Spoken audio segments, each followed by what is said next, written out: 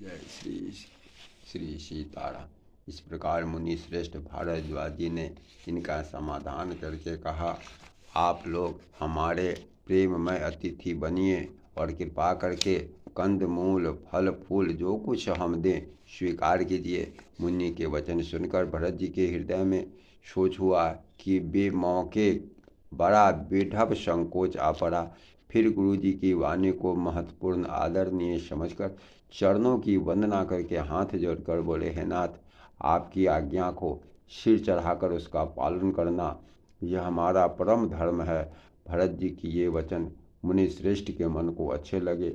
उन्होंने विश्वास पात्र सेवकों और शिष्यों को पास बुलाया और कहा, भरत की पहुनई करनी चाहिए, जाकर कंद मूल और फल लाओ। उन्होंने हे नाथ बहुत अच्छा कहकर सिर नवाया। तब वे बड़े आनंदित होकर अपने अपने कामों को चल दिए। मुनि को चिंता हुई कि हमने बहुत बड़े मेहमान को न्योता है, अब जैसा देवता हो वैसे ही उसकी पूजा भी होनी चाहिए।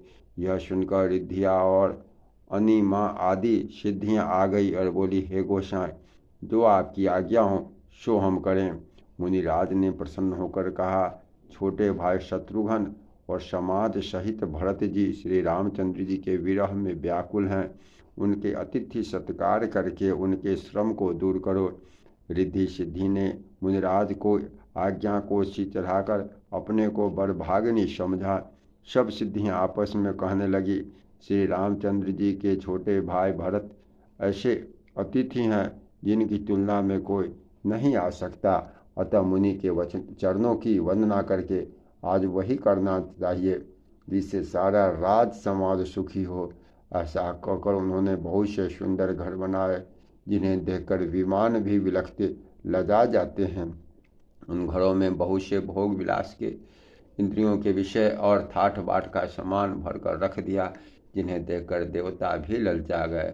दासी दास सब प्रकार की सामग्री लिए हुए मन लगाकर उनके मनों को देखते रहते हैं, अर्थात उनके मन की रुचि के अनुसार करते रहते हैं। जो सुख के समान स्वर्ग में भी स्वप्न में भी नहीं है, ऐसे सब समान सिद्धियों ने पल भर में सज दिए। पहले तो उन्होंने सब किसी को जिसकी जैसी रुचि थी वैसे ही सुंदर सुखदायक निवास स्थान दिए।